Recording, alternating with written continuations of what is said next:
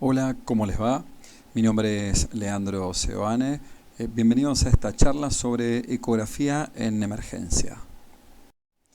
Bien, la ecografía tiene grandes beneficios porque es bedside, es un método rápido, no invasivo, es decir, repetitivo todas las veces que lo querramos y tiene un bajo costo. Evalúa estructuras anatómicas críticas y su funcionamiento. Se utiliza como guía para procedimientos dificultosos y también identifica condiciones patológicas y el origen, por ejemplo, del dolor. La ecografía es un método análogo al electrocardiógrafo, a los análisis de laboratorio. Es una herramienta tan importante como estos métodos que acabamos de mencionar. Para realizar la ecografía de emergencias, sí o sí necesitamos ecógrafos que sean portátiles, de poco peso, que se puedan encender rápidamente y poder hacer la ecografía de forma bedside, al lado del paciente. Todos los equipos tienen muchos botones, pero básicamente tenemos que aprender 6 botones en la ecografía. Uno de los botones es aprender a utilizar el modo B. Otro de los botones es la ganancia general, es decir, el brillo general de la pantalla. Aprender también a frizar, por lo tanto también aprender a medir con el botón de caliper. También la utilización del foco, ¿no? El foco es el lugar por donde mejor visualización pasa el ultrasonido. Y otro de los botones para aprender es la profundidad, el deep, es decir, tenemos que saber acercarnos o alejarnos del paciente, es decir, de la imagen que queremos insonar. Vamos al plano transversal, donde vemos aquí una imagen como una tomografía, que es decir, que se ve desde los pies, donde el traductor está de forma transversal.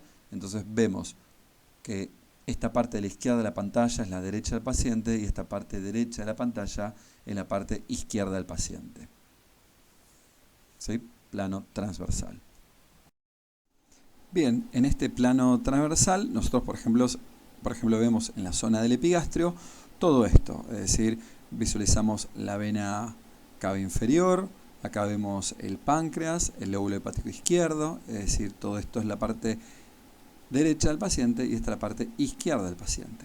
También en plano transversal visualizamos acá en la pelvis, como se visualiza muy bien la vejiga y bueno, y acá se visualiza una dilatación del uréter derecho. Después está el plano longitudinal sagital, donde giramos el traductor 90 grados de forma horaria y vemos entonces cómo la parte izquierda de la pantalla es la parte cefálica, la parte derecha de la pantalla es la parte caudal. ¿Sí? Plano longitudinal sagital. Entonces aquí estamos viendo, ¿no?, esta imagen, en este corte longitudinal sagital, donde acá está la cabeza, acá están los pies, es la parte anterior y la parte posterior. Estamos visualizando muy bien, entonces, cómo acá aparece el lóbulo hepático izquierdo y por acá debajo aparece la vena cava inferior. Entonces este corte. Fíjense que en este caso el traductor, la marca está acá arriba, por lo tanto la marca está acá arriba. Y el plano longitudinal coronal divide a la persona en una parte anterior y una parte posterior, donde vemos perfectamente bien cómo identificamos los segmentos 6 y 7 del hígado y el riñón derecho. En este plano longitudinal coronal vemos del lado derecho, se visualiza muy bien el riñón derecho, que bueno, está disminuido de tamaño, si ustedes lo comparan con el lóbulo hepático derecho, y del otro cuadrante, en la línea media axilar, visualizamos en este corte longitudinal coronal el vaso y acá cómo se está midiendo. Vamos a hablar de las definiciones de la ultrasonografía, es decir, la terminología. Cuando tenemos algo isoecogénico, significa que la imagen prácticamente tiene el mismo color que el entorno que lo rodea. Cuando la imagen es hiperecogénica, es decir, de color blanco, significa que sobresale, es decir, es mucho más blanco la imagen que estamos definiendo con respecto a los tejidos circundantes. Cuando es hipoecogénica, es decir, de color más gris, con respecto siempre al medio que lo rodea. Cuando es anecogénica, significa an es falta de ecos, como esta imagen, donde está absolutamente negra, que en general tiene lo que se llama un artefacto que es el refuerzo posterior. Entonces tenemos múltiples artefactos que ayudan a determinar la imagen que estamos viendo. Vamos a hablar solamente de dos. Tenemos la sombra acústica posterior, como vemos aquí arriba en la imagen, donde hay imágenes hiperecogénicas, pero que tienen mucha sombra posterior, ¿sí? Por lo tanto, decimos que esto probablemente sean piedras vesiculares, por lo cual no dejan pasar los ecos. Entonces, esto es la sombra posterior. Y después está el refuerzo posterior, como esta imagen redondeada, anecogénica, que por detrás tiene un realce bien de color blanco, es decir, tiene un refuerzo posterior. Este refuerzo posterior nos hace pensar de que esta imagen es líquida. Lo mismo acá en esta ecografía, donde vemos acá una gran imagen anecogénica, ¿no? Donde detrás de esta imagen anecogénica se ve un refuerzo posterior, es decir, está acá blanco. Por lo tanto, decimos probablemente entonces que esto es una imagen de contenido líquido, es decir, un quiste hepático. Esto es un corte longitudinal sagital. Vamos a ver entonces diferentes temas. El EFAST, la ecografía en el embarazo, en los riñones, en la vesícula, en la aorta y en la vaina del nervio óptico. Según la TLS están lo que se llaman los agregados al examen primario, es decir, los llamados auxiliares de la revisión primaria. Estos son el monitoreo del electrocardiograma, la saturación de pulso y el laboratorio como está óxido base, catéteres nasogástricos y vesicales, radiografías de tórax, de pelvis, de perfil de columna cervical, y también se ha agregado la ecografía fundamental como auxiliar de la revisión primaria. El paciente no sale del shock room sin que se realizara todos estos auxiliares. Bien, el FAST significa Focus Assessment Sonographic in Trauma, es decir, la ultrasonografía focalizada en la evaluación del trauma. Disminuyó el 74% del lavado peritoneal diagnóstico, el 58% de tomografías innecesarias, y se realizan pacientes con trauma en torso contuso o penetrante, o pacientes con probable taponamiento cardíaco, y pacientes con hemotórax o neumotórax. Por eso ahora se llama FASTE, porque es un FAST extendido a el tórax, para descartar hemoneumotórax. La técnica para realizar la ecografía FASTE, el objetivo básicamente es la investigación de sangre en pericardio y en 3 zonas dependientes del abdomen. Esto sería el Morrison, el espacio esplenorenal y la pelvis. La interpretación se realiza en tiempo real y si es posible hay que registrar las imágenes en video o en papel. Pacientes con sospecha de trauma tóraco-abdominal se encuentran en decúbito supino durante la fase de la evaluación primaria, cuando la vía aérea y la ventilación se encuentran aseguradas, sin interrumpir las maniobras de resucitación, idealmente dentro de los primeros 10 minutos de llegada del paciente al shock room. Los operadores del FASTE pertenecen al equipo del trauma con obviamente apropiado entrenamiento en este método. Por lo tanto, el que debería realizarlo es usted.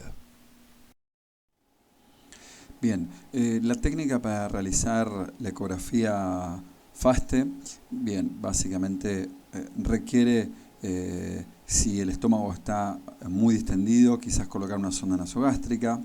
Se coloca sonda vesical si es necesario. La vejiga llena, como ventana acústica para la pelvis, es útil.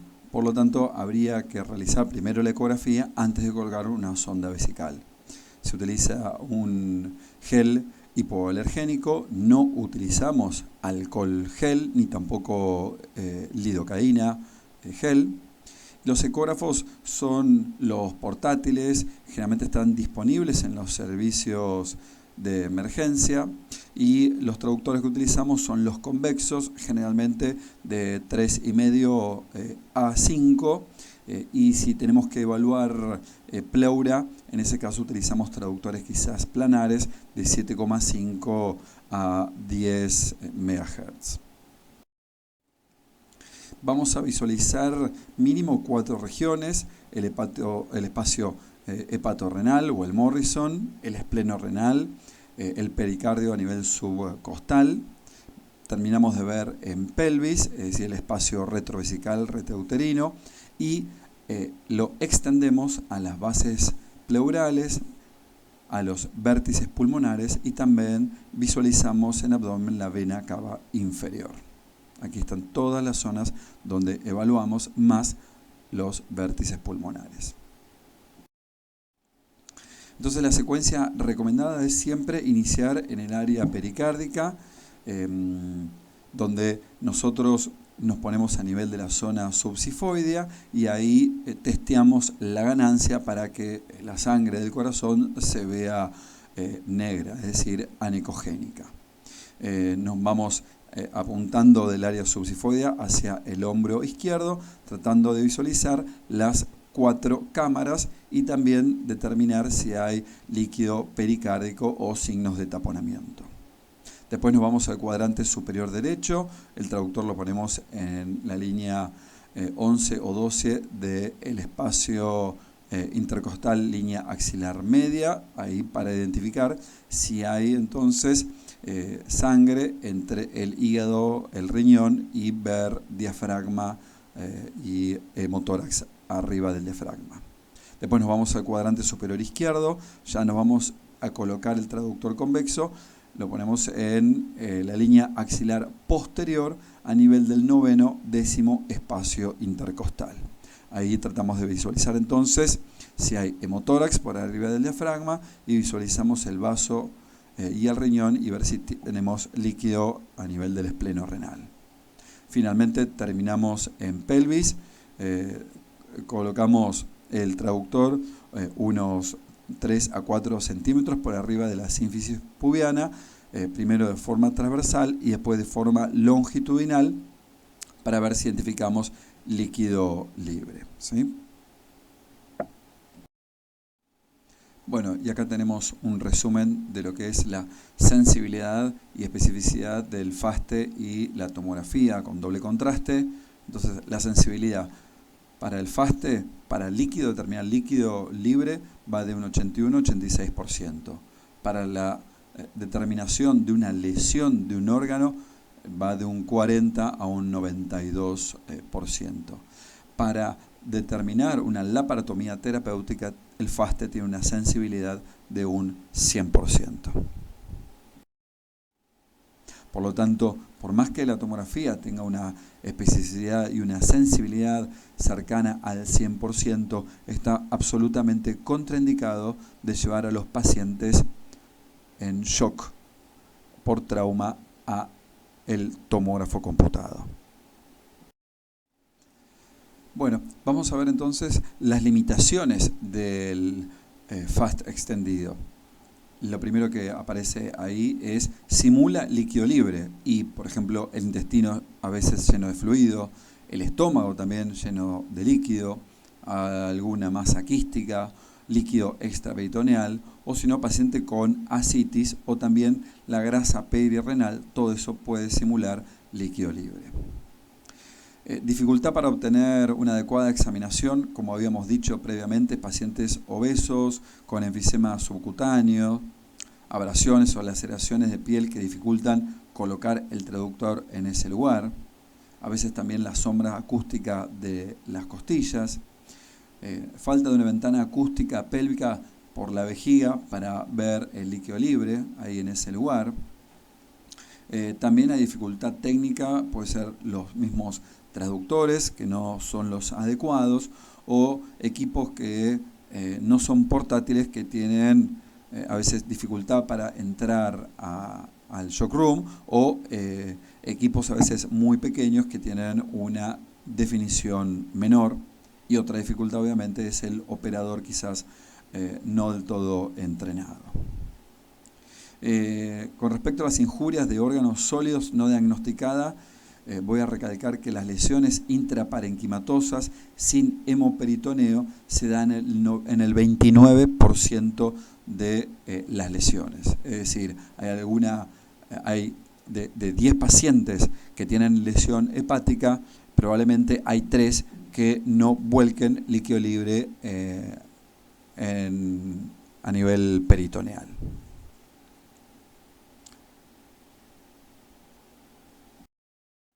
Bueno, empecemos por el área pericárdica. Como dijimos, el traductor a nivel subsifoideo, ¿sí? También puede estar a nivel paraesternal apuntando al hombro izquierdo. Aquí vemos entonces una ecografía donde se visualiza de forma invertida. Este es el ventrículo derecho, este es el ventrículo izquierdo. Desde esta vista tenemos que ver 3 cosas: la contractilidad global, la relación BD-BI y sobre todo en trauma si hay líquido pericárdico. En este caso hay una leve cantidad de líquido anecogénico que solamente se visualiza con la sístole. Ese es un líquido pericárdico normal. Como también les decía, no confundir entonces a veces lo que es líquido pericárdico, como se ve acá, este es el ventrículo derecho y el izquierdo, y esto es grasa pericárdica.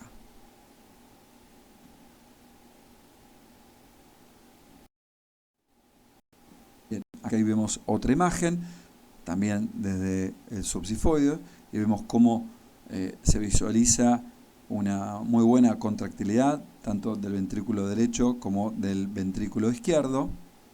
Y lo que se ve muy bien es que ya tiene un derrame pericárdico, es decir, este líquido se visualiza y está presente tanto en la sístole como en la diástole. Entonces hay 4 grados de severidad, siempre visualizando desde la mirada subsifoidea.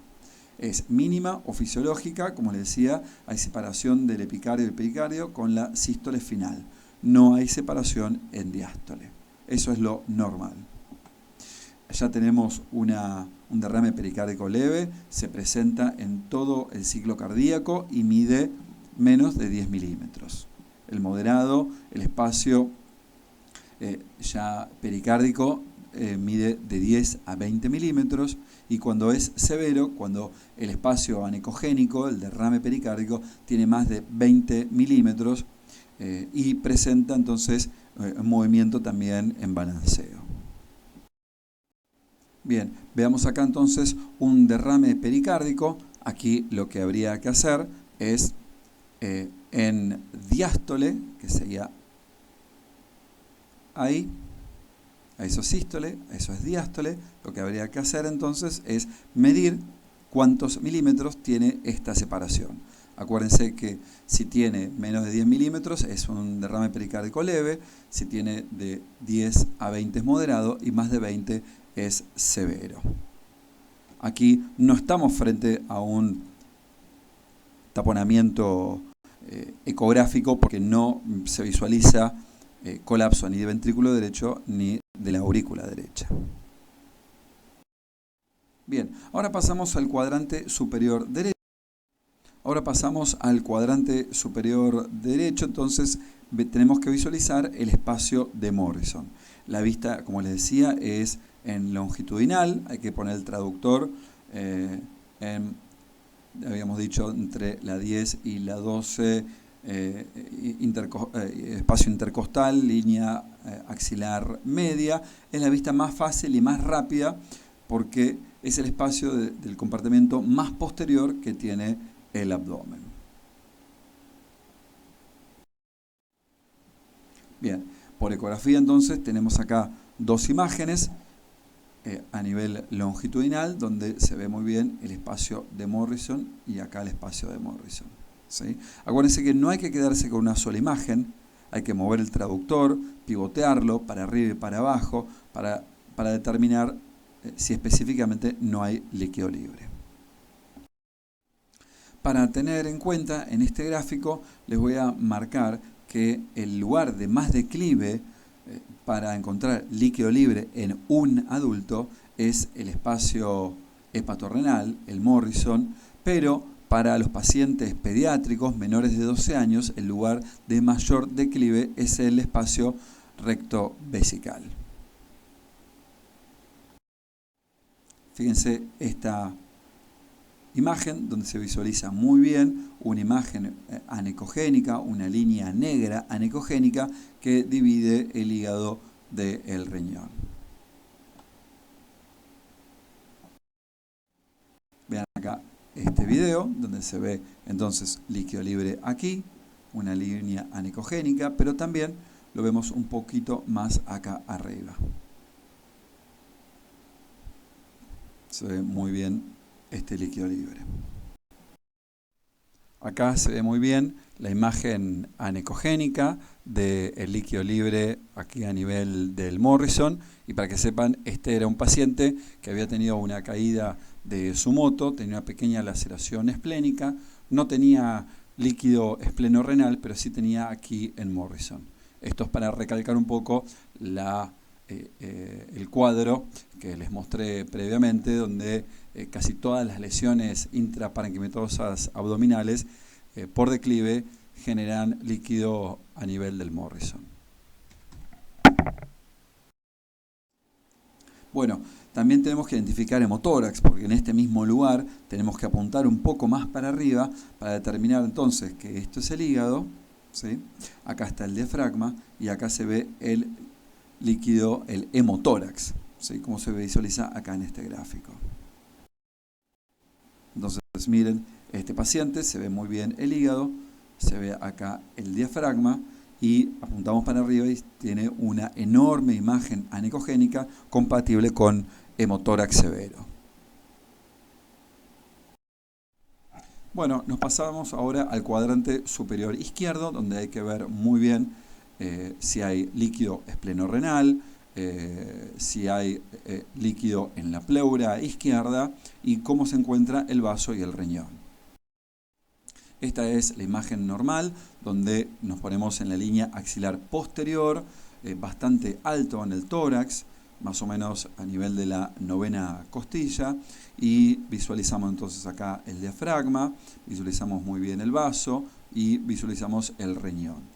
Acá hay una costilla con la sombra acústica posterior, lo hacemos quizás respirar al paciente, baja un poco todo el riñón y el vaso y podemos visualizar esta imagen, ¿sí? Esta es una imagen normal, por lo cual desde donde estamos aquí hay que pivotear apuntando un poco para arriba, para abajo, para ver definitivamente que aquí no haya líquido libre. Como les decía, hay que movilizar un poco el traductor para ver bien la imagen, y de repente acá este paciente inicialmente parecía que no tenía líquido libre, pero acá se ve una linda banda anecogénica de líquido libre. Este otro paciente no tenía acá justo en el lugar esplenorrenal, pero apuntamos un poco más para arriba y se visualiza acá. Tiene un pequeño pouch, un pequeño bolsillo de líquido libre. Bien, aquí tenemos otro paciente donde se ve muy bien el vaso, pero fíjense de arriba cómo está despegada la cápsula y se ve el hematoma subcapsular. Veamos el video de este paciente, donde se ve muy bien el vaso. No tiene no tiene líquido libre. No tiene líquido libre y sí se ve el hematoma subcapsular. Probablemente cuando el hematoma se rompa, vuelque al peritoneo. Vamos a la última área del abdomen, que sería el área pélvica. Con el traductor convexo nos vamos bien por arriba de la sínfisis pubiana, de forma transversal. Identificamos entonces la vejiga, abajo identificamos el útero y tenemos que visualizar a los costados de la vejiga, como se ve acá, que hay líquido libre, ¿sí?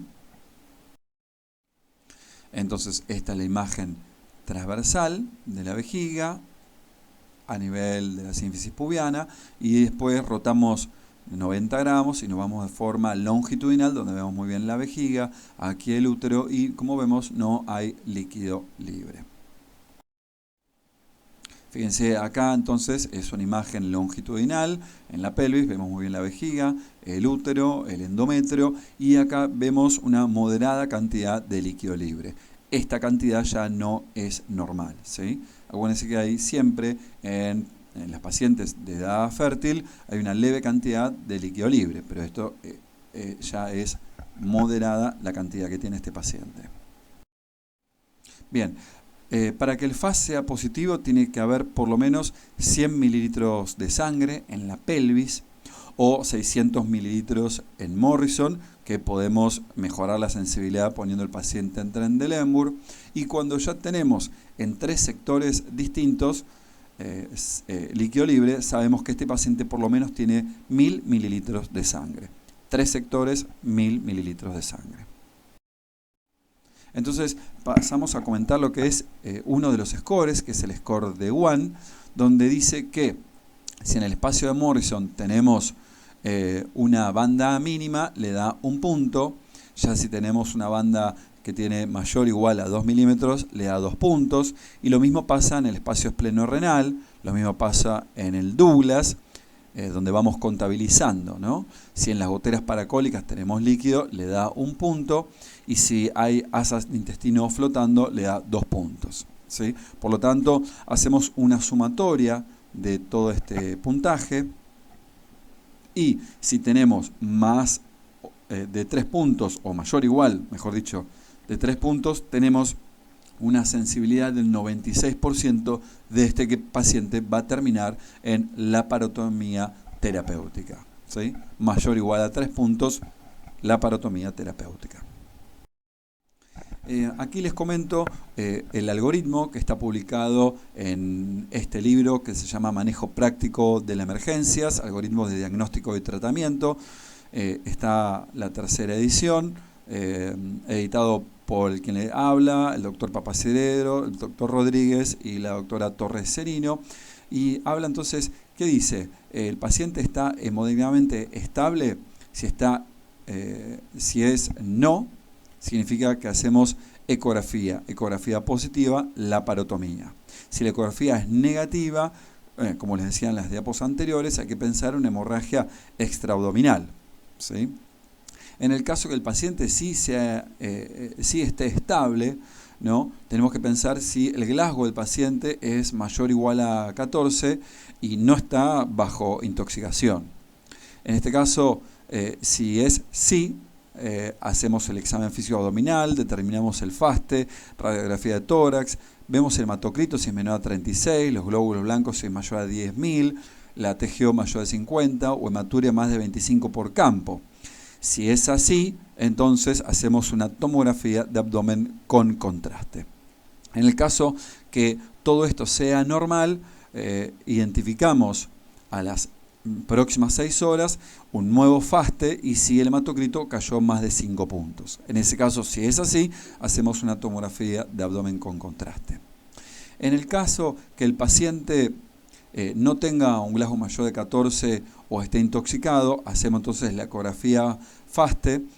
Si es positiva, tomografía de abdomen con contraste, y ahí vemos si hacemos el manejo no operatorio versus la laparotomía.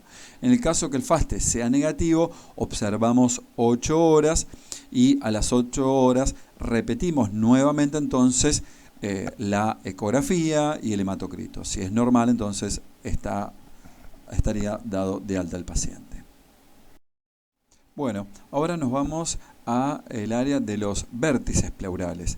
¿Por qué decimos vértices pleurales? Porque tratamos de poner en 30 grados al paciente. Entonces, si hay una leve cantidad de aire, es decir, un leve hemotórax, el aire se va a ir para arriba y lo vamos a identificar en los vértices. Entonces, si analizamos solamente los vértices, el paciente debe estar en 30 grados. Colocamos el traductor, como se visualiza acá en esta diapositiva. ¿Sí? Este traductor está viendo específicamente el área del vértice. Obviamente, para determinar neumotórax es muy fácil cuando el neumotórax es completo. En este grado es un grado 3, se visualiza muy bien por radiografía, pero la mayoría de las veces los neumotórax son pequeños, donde por placa no se identifican. Entonces, los neumotórax pueden aparecer por un traumatismo torácico, un barotrauma asociado a la ventilación mecánica o cateterización venosa central, yugular o generalmente subclavia. ¿Cuáles son entonces los signos ecográficos? Ausencia del deslizamiento pulmonar, que lo visualizamos mucho mejor en modo M, y la persistencia de las líneas A. Acuérdense que las líneas A es la reverberación de la pleura. Como la pleura parietal persiste, va a persistir también la reverberancia de las líneas A. Entonces, los signos es ausencia del deslizamiento pulmonar o el sliding, o ausencia del camino de hormigas, como le llamo, y también la persistencia de las líneas A. También tenemos el recurso del modo M. En este caso tenemos el caliper que pasa por la pleura, por uno de los vértices, y visualizamos entonces muy bien el signo de la playa y el mar. Este sería el mar, este sería la playa. Pero si vamos a ver el otro hemitórax, que sabemos que tenía un neumotórax, vemos lo que se llama el signo de la estratosfera o el signo del código de barras, donde acá la playa se va y está todo el mar, o como se ve muy bien el signo del código de barras, por la presencia de un neumotórax. Fíjense entonces acá como el sliding se ve muy bien del hemitórax derecho. Se ve perfectamente bien el camino de hormigas, el sliding, y cambio del otro lado, del lado izquierdo, visualizamos que el paciente está inspirando, pero acá no se visualiza el camino de hormigas. De hecho, está también presente la línea A. Sliding positivo, no hay neumotórax; sliding negativo, hay neumotórax. Bueno, vamos a cambiar de tema. Ahora vamos a hablar sobre aneurisma de aorta abdominal. La forma de evaluar la aorta en el abdomen tiene que ser de forma transversal, ¿sí? Es decir, en un eje corto de la aorta, como se ve acá una imagen anecogénica, acá está la columna, y después rotamos 90 grados de forma horaria, el traductor queda en longitudinal, sagital, donde acá tratamos de identificar la aorta expandida, como vemos, desde la parte superior a la parte inferior. Entonces evaluamos de forma transversal y longitudinal la aorta. Las ramas de la aorta abdominal son múltiples, como vemos acá. Entonces, de arriba hacia abajo de la aorta, la primera rama que vemos es el tronco celíaco, ¿no? Donde se divide el tronco celíaco, como acá está la aorta, tronco celíaco, en la arteria hepática y la arteria esplénica. Como vemos ahí, podemos ver una gaviota, ¿sí? Avanzamos un poquitito más para abajo, donde identificamos el lóbulo hepático izquierdo, el páncreas siempre apoyado en la vena esplénica, acá la vena cava inferior, acá la aorta, y lo que vemos acá arriba es la arteria mesentérica superior con la grasa periarterial.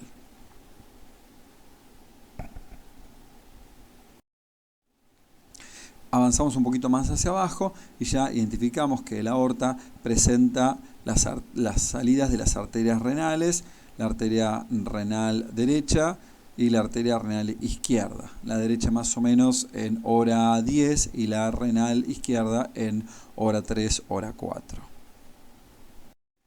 Si vemos la aorta abdominal en un corte longitudinal sagital, lo que estamos viendo que esta parte es la parte cefálica, esta parte es la parte caudal y acá la aorta bien extendida en lo largo, por lo cual acá es el tronco celíaco y aquí la arteria mesentérica superior con esta grasa periarterial. Acá se puede medir la aorta, que como máximo tiene que medir 20 milímetros. Definamos entonces aneurisma. Es una dilatación localizada y permanente de una arteria. La aorta abdominal es el sitio más frecuente de aneurisma. Se encuentra en general principalmente infrarrenal en el 95% de los casos y el diámetro que considera que es un aneurisma debe ser mayor o igual a 3 centímetros. Bien, acá entonces vemos una aorta en un corte longitudinal sagital, donde esta parte cefálica, está la parte caudal, y acá vemos de repente una dilatación aneurismática muy importante con un trombo mural adherido a su pared. Por lo tanto, se mide en su diámetro transversal, en su diámetro máximo transversal, que acá probablemente tenga 60 milímetros. Fíjense aquí esta imagen, que es un corte transversal de la aorta. Lo que vemos es que todavía está latiendo, pero lo que se visualiza que tiene un hematoma alrededor de la aorta, ¿no? Es decir, tiene la aorta aneurismática que está rota con un hematoma contenido. Pasamos a otro tema, es la mujer en edad fértil cuando tiene dolor. Hay que detectar el embarazo ectópico, sobre todo en pacientes que tienen síncope, shock y metorragia. Identificar líquido libre, que puede ser sugestivo de ruptura de embarazo ectópico o quiste de ovario también. En este caso, el embarazo ectópico, recuerden que el 95% es de origen tubárico. Veamos esta ecografía, donde se ve el útero con una reacción decidual más que importante. Acá nos vamos al anexo izquierdo y dentro del anexo izquierdo se visualiza un embrión. De hecho, tiene latidos, producto de un embarazo ectópico vital. Esta es la misma paciente, desde una ecografía transvaginal, donde se visualiza mucho mejor el ovario derecho con todos sus folículos. Y ahí nos vamos al anexo izquierdo, donde se visualiza el embrión con los latidos embrionarios. Esta paciente, bueno, se hizo una laparoscopía porque tuvo abundante sangrado con hipotensión arterial, por lo cual se visualizó el útero y el embarazo ectópico sobre el anexo izquierdo. Entonces, en el primer trimestre de embarazo debemos visualizar si hay un saco gestacional, si hay un embrión adentro, si hay latidos embrionarios y si hay hematomas subcoriales. Aquí en esta ecografía lo que estamos viendo es el útero, después tiene una importante reacción decidual, que es toda esta imagen hiperecogénica, y después se ve el saco gestacional dentro de la cavidad uterina. Dentro de este saco gestacional tenemos que tratar de evidenciar si presenta o no el embrión y si este embrión también presenta o no latidos embrionarios. En este caso, acuérdense que dentro del primer trimestre del embarazo no se utiliza el Doppler, se utiliza el modo M, como estamos viendo acá, y de esta forma hacemos una corrida con el caliper a través del corazón, por lo cual identificamos que tiene 169 latidos por minuto el embrión. Entonces recuerden que el Doppler puede ser útil para identificar los latidos fetales o embrionarios, pero dentro del primer trimestre puede generar calor con detención del mismo. Por lo tanto, tratemos de no utilizar el Doppler en el primer trimestre.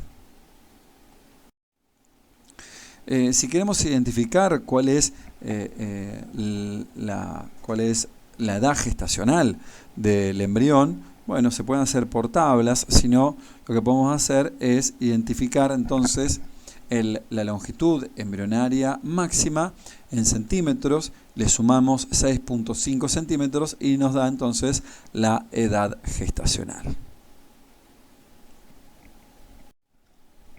Aquí tenemos una imagen donde se visualiza un saco gestacional, donde alrededor del saco gestacional se visualiza una gran imagen anecogénica, como vemos acá, o acá también, por lo cual esto es un desprendimiento, un hematoma subcorial, y teníamos dudas sobre la vitalidad embrionaria, se le puso apenas Doppler unos segundos para identificar si tenía o no tenía vitalidad. Así que recuerden, esto es un hematoma subcorial. En el segundo y el tercer trimestre también identificamos vitalidad fetal por los movimientos cardíacos y los movimientos fetales, y también tenemos que identificar si hay o no hematomas placentarios. La rotura placentaria en el politrauma ocurre entre el 20 al 25% de lesiones mayores y un 5% de los traumatismos menores. Es la causa más frecuente de muerte fetal, donde el útero es elástico y la placenta no, por lo cual este mecanismo de cizallamiento genera distensión uterina que puede generar este desprendimiento. Así que la paciente ingresa con sangrado vaginal, dolor uterino, rigidez uterina. Un 30% de los casos no presenta sangrado, atento con esto. Puede ocurrir en las primeras 6 a 8 horas, o en forma tardía entre las 24 a 48 horas. La ecografía tiene una baja sensibilidad diagnóstica, solamente un 50%. Aquí estamos viendo una imagen de una placenta anterior normal, donde le pusimos el Doppler y se puede identificar cómo hay ausencia del Doppler color en este hematoma intraplacentario. En este caso se visualiza acá la cara fetal y por acá se ve la placenta, pero tiene un hematoma retoplacentario que separa la placenta del el miometro uterino. Entonces, recordemos que ante todo trauma en paciente embarazada tenemos que controlar los signos de hipovolemia materna, la frecuencia cardíaca fetal, realizar ecografía, presencia de metorragia o pérdida de líquido amniótico, ablandamiento uterino o palpación de las partes fetales, aumento de la actividad uterina. Entonces, observemos mínimamente 4 horas a la paciente y repetimos la ecografía antes del alta. Pasamos a otro tema, ahora las vías biliares, ¿no? La indicación de la ecografía es ante todo dolor abdominal en hipocondrio o en hipogastrio. Hay que realizar una ecografía, ver la vesícula, cuál es su diámetro, si tiene fluido alrededor, si tiene piedras. En este caso estamos viendo una imagen anecogénica redondeada, que es la vesícula biliar, y adentro tiene múltiples imágenes hiperecogénicas con sombra posterior. Lo mismo acá, otra imagen vesicular, donde tiene litos, donde presenta sombra acústica posterior. Y aparte se ve un desdoblamiento de la pared vesicular. Esta es una mujer de 48 años que consulta por dolor localizado en hipocondrio derecho de 5 días de evolución con fiebre. Presenta un Murphy positivo en el laboratorio, aumento de las enzimas, fosfatasa alcalina. Entonces, ¿cuál es su diagnóstico? Acá vemos la vesícula, las imágenes hiperecogénicas que son litos con sombra acústica posterior, ¿sí? Acá se ve cómo hay líquido perivesicular, se mide la pared vesicular tiene 4 milímetros. Acá se ve muy bien como el edema perivesicular. Así que estamos frente a una colecistitis aguda. Vean acá este video donde tiene un lito aquí al final del bacinete. Lo van a ver ahí, imagen hiperecogénica con la sombra. Y se ve en la vesícula como la pared está desdoblada y engrosada.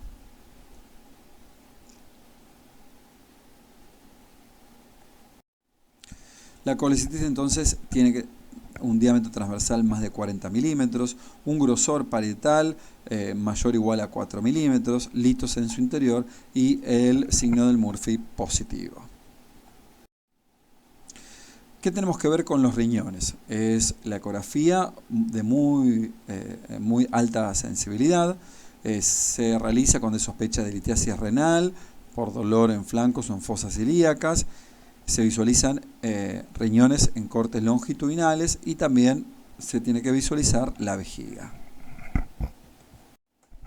Aquí estamos viendo entonces una imagen renal donde la médula tiene que ser hiperecogénica, pero acá hay múltiples imágenes oculares unidos a lo que se llama la pelvis renal. Entonces acá este riñón tiene una dilatación pielocalicial. Y acá, por ejemplo, una imagen hiperecogénica con algo de sombra posterior, producto de una litiasis. En este caso, vemos que hay una dilatación muy importante, muy severa, ¿no? Como casi están unidos todas las cálices. El riñón contralateral estaba exactamente igual, entonces estamos obligados a ir a la vejiga y vimos que en la vejiga hay una pared muy engrosada, una pared de lucha, con una próstata aumentada de tamaño de 80 gramos. La causa entonces de su problema renal terminó siendo la próstata. En este caso vemos un riñón donde prácticamente está desafectada la corteza, está muy disminuida de tamaño y vemos acá una dilatación muy importante pélvica y de todas las cálices bien dilatadas. Esta es una dilatación pielocalicial severa y crónica. Fíjense acá la dilatación pielocalicial, la pelvis, acá parte del uréter. Del otro lado también presenta dilatación pielocalicial. Y acá vemos la vejiga en la pelvis. Nos estamos buscando la causa de esta dilatación pielocalicial bilateral. Y la última parte vamos a ver algo de ecografía y sistema nervioso central. La hipertensión endocraniana se define como una condición clínica que eleva la presión intracraneal por encima de 20 milímetros de mercurio durante por lo menos 5 minutos. Se ha demostrado que en varios estudios la elevación persistente de la PIC se asocia a mal pronóstico, con una mortalidad que se incrementa al 55% con cifras superiores a 40 milímetros de mercurio, con isquemia cerebral y diversos síndromes de articulación. ¿Tenemos presión intracraneal elevada? Las primeras publicaciones y experiencias por Hansen determinó que un aumento de la PIC se transmite al espacio subaracnoideo y afecta la vaina del nervio óptico. Posteriormente se transmite a la cabeza del nervio generando papiledema. Por lo tanto, el edema de la vaina es anterior, se forma antes al edema de papila. Entonces, podemos visualizar la vaina del nervio óptico a través del ojo con un traductor planar, colocando de forma longitudinal o transversal con un poco de gel, y por lo cual tenemos que medir a 3 milímetros por lo menos y ahí de forma transversal de lado a lado, ¿no? Entonces decimos cuando hay menos de 5 milímetros, esta vaina del nervio óptico es normal, y cuando hay más de 5 milímetros, decimos que hay hipertensión endocraniana o masa ocupante de espacio. Aparte, en esta imagen se visualiza cómo llegamos tarde, donde aparte tenemos un edema de papila. Fíjense la vaina del nervio óptico del lado izquierdo de un paciente. Y ahora va a ver la vaina del nervio óptico del lado derecho del otro paciente. Se visualiza muy bien el engrosamiento de lado a lado de la vaina del ojo derecho. ¿Qué es lo que tenía este paciente? Era un hematoma intracerebral espontáneo derecho, por lo cual estaba asociado a la vaina engrosada de forma homolateral. Conclusiones. No es FAST, sino es EFAST, es decir, ampliamos a los vértices pulmonares en el trauma. Empezamos viendo el epigastrio por el corazón, después vemos el Morrison, porque todas las lesiones en general vuelcan ahí. Acuérdense que el 29% de las lesiones parenquimatosas por trauma no vuelcan sangre al peritoneo, por lo tanto hay que observar al paciente y repetir la ecografía dentro de 6 a 8 horas. El score de Wang mayor o igual a 3 significa que el paciente va a ser quirúrgico con alta probabilidad, más de un 90%. Los aneurismas de las aortas abdominales son diagnosticados cuando hay más de 30 milímetros de forma transversal, se mide de pared externa a pared externa. La rotura de aneurisma es difícil de ver y ser evaluada por ultrasonografía, porque generalmente todo el líquido, toda la sangre a su alrededor, conceptos, no deja visualizar la aorta. La frecuencia cardíaca fetal hay que medirla con el modo M en el primer trimestre y no con Doppler. Las lesiones placentarias ocurren también con traumas menores y estas enzimas son tardías. La colecistitis tiene una pared mayor o igual a 4 milímetros con litos en su interior. El cólico renal, hay que ver la dilatación pielocalicial.